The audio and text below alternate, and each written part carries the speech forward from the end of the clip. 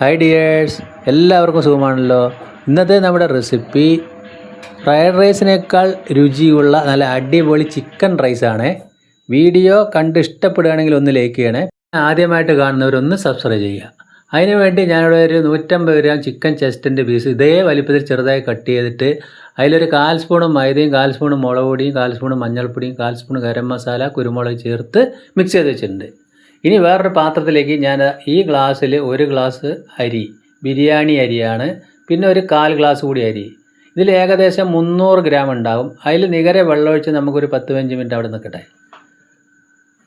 ഇനി നമുക്ക് അതിലേക്ക് വേണ്ട ഒരു ക്യാപ്സിക്കം, ഒരു വലിയ സവോള, ഒരു പച്ചമുളക്, ഒരു തക്കാളി, ഒരു കോഴിമുട്ട. തക്കാളി ഞാൻ 1.5 എടുത്തിട്ടുണ്ട്, അത് ചെറിയ തക്കാളി ആയതുകൊണ്ട്. പിന്നെ ഒരു ചെറുനാരങ്ങയും കൂടി എടുത്തിട്ടുണ്ട്.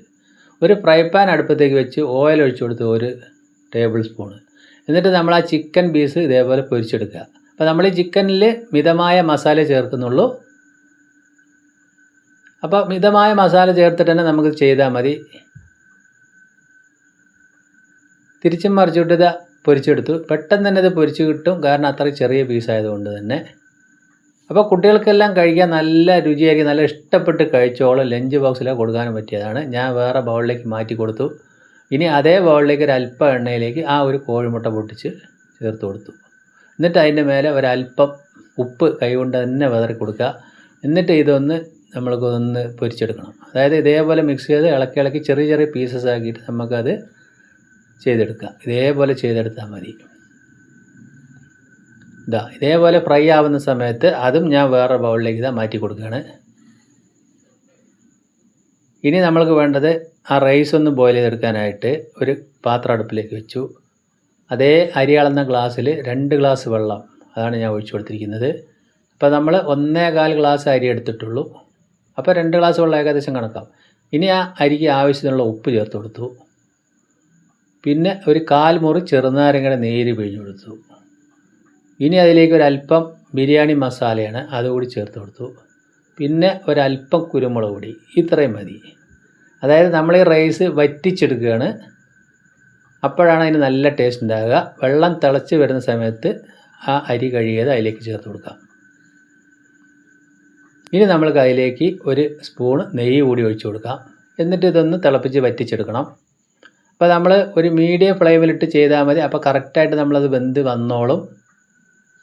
ഇനി അഥവാ വേവ് കുറവാണെന്നുണ്ടെങ്കിൽ നമ്മൾക്ക് ലാസ്റ്റ് നോക്കുമ്പോൾ ഒരു 1/4 ഗ്ലാസ് അല്ലെങ്കിൽ അതിൽ പകുതി കുറച്ച് ചൂടുവെള്ളം നമ്മൾ അതിലേക്ക് ഒഴിച്ചു കൊടുത്താലും മതിയാവും.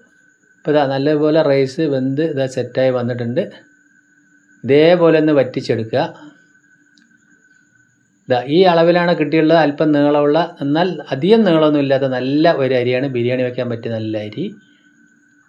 റൈസ് നല്ലപോലെ വറ്റി വന്നു. ഇനി ഞാൻ അതിൽ മൂടി വെച്ചതിന് ശേഷം അതിൻ്റെ ഫ്ലെയിം ഓഫാക്കി. ഇനി ഒരു 10 മിനിറ്റോളം അത് അവിടെ ഇരിക്കട്ടെ. ഇനി നമ്മൾ സവാള കട്ട് ചെയ്ത്, തക്കാളി കട്ട് ചെയ്ത്, ക്യാപ്സിക്കം ഇതേപോലെ കട്ട് ചെയ്തിട്ടുണ്ട്, പച്ചമുളകും കട്ട് ചെയ്ത് വെച്ചിട്ടുണ്ട്. 1 ടേബിൾ സ്പൂൺ ജിഞ്ചർ ഗാർലിക് ചതച്ചത് അതും എടുത്തിട്ടുണ്ട്. ഇപ്പോൾ 10 മിനിറ്റ് കഴിഞ്ഞ് ഞാൻ തുറന്ന് നോക്കിയപ്പോൾ റൈസ് നമുക്ക് വീഡിയോയിൽ കാണുമ്പോൾ തന്നെ അറിയാൻ പറ്റും, നല്ല കൃത്യമായിട്ട് വെന്തിട്ടുണ്ട്. അപ്പോൾ ഫ്രൈഡ് റൈസിന് പറ്റിയ മാതിരിയുള്ള ഒരു പാകമാണ്. കണ്ടില്ലേ, ഇതേ പാകത്തിന് കിട്ടിയിട്ടുണ്ട്. ഒന്നിനൊന്ന് തൊടാതെ തന്നെ വന്നിട്ടുണ്ട്. ഇനി അതേ ഫ്രൈ പാനിലേക്ക് 1 ടേബിൾ സ്പൂൺ കൂടി ഓയിൽ ഒഴിച്ച് കൊടുക്കുക. ഓയിലൊന്ന് ചൂടായി വരുന്ന സമയത്ത് 2 കഷ്ണം പട്ട, 1 ഏലക്കായ ഇട്ട് കൊടുക്കുക. സവാള കട്ട് ചെയ്ത് ചേർത്ത് കൊടുക്കാം. പച്ചമുളക് കട്ട് ചെയ്ത് ചേർത്ത് കൊടുക്കണം. എന്നിട്ട് നല്ലതുപോലെ ഇതൊന്ന് വഴറ്റി കൊടുക്കുക. മീഡിയം ഫ്ലെയിമിൽ തന്നെ ഇട്ട് ചെയ്താൽ മതി. ഇതിളക്കം ഒന്ന് വിട്ട് വരുന്ന സമയത്ത് നമ്മൾക്ക് തക്കാളി ചേർത്ത് കൊടുക്കാം.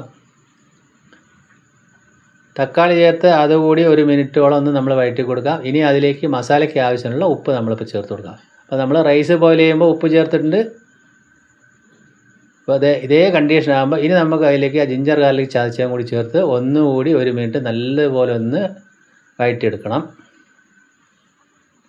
ഇതെല്ലാം ഒന്ന് ശരിക്കും ഒന്ന് വഴന്ന് വരുന്ന സമയത്ത് നമ്മൾക്ക് ക്യാപ്സിക്കം ചേർത്ത് കൊടുക്കണം. ക്യാപ്സിക്കം പെട്ടെന്ന് തന്നെ വെന്തോളും. അതുകൊണ്ട് നമ്മൾ ലാസ്റ്റ് ഏകദേശം ആകുന്ന സമയത്ത് ഇതേപോലെ ചേർത്താൽ മതി. അതുകൂടി ചേർത്ത് നല്ലതുപോലെ ഒന്ന് വഴറ്റി ഇനി അതിലേക്ക് ഒരു 1/4 സ്പൂൺ അളവിൽ മഞ്ഞൾപ്പൊടിയും 1/4 സ്പൂണിലധികം മുളക് പൊടിയും അത്ര തന്നെ കുരുമുളക് പൊടിയും ചേർക്കാം. പിന്നെ ബിരിയാണി മസാല ഒരു 1/4 സ്പൂൺ അതും കൂടി ചേർക്കാം. എന്നിട്ട് നല്ലതുപോലെ ഒന്ന് മിക്സ് ചെയ്യുക. ബിരിയാണി മസാലയോ ഗരം മസാലയോ എന്താ ഉള്ളത് അത് നിങ്ങൾ ചേർത്താൽ മതി. ഇനി ഒരല്പം വെള്ളം, ഒരു 2 സ്പൂൺ മാത്രം, അതൊന്ന് തിളച്ച് വരുന്ന സമയത്ത് ചിക്കൻ പീസ് ഇട്ട് കൊടുക്കാം. എന്നതിന് ശേഷം നമ്മൾ ബോയിൽ ചെയ്ത് വെച്ചിരിക്കുന്ന റൈസ് അതിലേക്ക് ചേർത്ത് കൊടുക്കാം. അപ്പോൾ ഇതേപോലെ ചിക്കൻ റൈസ് ഉണ്ടാക്കാത്തവർ എന്തായാലും ചെയ്ത് നോക്കുക. കുട്ടികൾക്ക് ഇഷ്ടപ്പെട്ട് കഴിച്ചോളും. ലഞ്ച് ബോക്സിൽ കൊടുക്കാനൊക്കെ നല്ല സൂപ്പർ ടേസ്റ്റ് ആയിരിക്കും. ഇനി നമ്മളിതൊന്ന് റൈസ് മൊത്തം തട്ടിയതിന് ശേഷം ഫ്ലെയിം അല്പം കുറയ്ക്കുക. അത് ഏകദേശം ലോ ഫ്ലെയിമിൽ തന്നെ ഇടാൻ ശ്രമിക്കുക. എന്നിട്ട് നല്ലതുപോലെ ഇതൊന്ന് മിക്സ് ചെയ്ത് കൊടുത്താൽ മതി. ഇനി നമ്മൾ സ്ക്രാമ്പിൾ ചെയ്ത മുട്ട കൂടി അതിലേക്ക് ചേർത്ത് നല്ലതുപോലെ ഒന്ന് മിക്സ് ചെയ്യുക. അപ്പോൾ അടിപൊളി ടേസ്റ്റ് ആയിരിക്കും, കാണാനും നല്ല ഭംഗിയുണ്ട്. ഇനി അവസാനമായിട്ട് അതിലേക്ക് 1 സ്പൂണ് നെയ്യ് കൂടി ചേർത്ത് കൊടുത്തു. എന്നിട്ട് ഒന്നുകൂടി നന്നായിട്ട് മിക്സ് ചെയ്തു. ഇനി കുറച്ച് മല്ലിയില കൂടി അതിൻ്റെ മേലെ ഇതേപോലെ തൂവി കൊടുക്കുക. എന്നിട്ട് ഒന്നുകൂടി നല്ലപോലെ മിക്സ് ചെയ്യുക. അപ്പോൾ നല്ലൊരു ടേസ്റ്റാണ്. ഇനി അവസാനം നമ്മൾ ഒരു അരമുറി ചെറുനാരങ്ങ നീര് അതിൻ്റെ മേലെ പിഴിഞ്ഞു കൊടുക്കണം. അപ്പോൾ നിങ്ങൾ ബിരിയാണി വെക്കുമ്പോഴായാലും ഇത് അവസാനം നാരങ്ങ നീര് പിഴിഞ്ഞു കൊടുക്കുന്ന സമയത്ത് നല്ലൊരു രുചിയും മണവും ഉണ്ടാവും. കഴിക്കാൻ നല്ല ടേസ്റ്റ് ആയിരിക്കും. അപ്പോൾ അടിപൊളി ചിക്കൻ റൈസ് ഇവിടെ റെഡിയായി വന്നിട്ടുണ്ട്. എൻ്റെ വീഡിയോ കണ്ട് ഇഷ്ടപ്പെട്ടെങ്കിൽ ഒന്ന് ലൈക്ക് ചെയ്യണേ. പിന്നെ ഫ്രണ്ട്സിനും ഫാമിലിക്കൊക്കെ ഒന്ന് ഷെയർ ചെയ്ത് സപ്പോർട്ട് ചെയ്യുക. അപ്പോൾ നമുക്കത് പ്ലേറ്റിലേക്ക് സെർവ് ചെയ്ത് കഴിക്കാം. സൂപ്പറായില്ലേ? വീണ്ടും നല്ലൊരു വീഡിയോയുമായിട്ട് കാണാം. Thank you.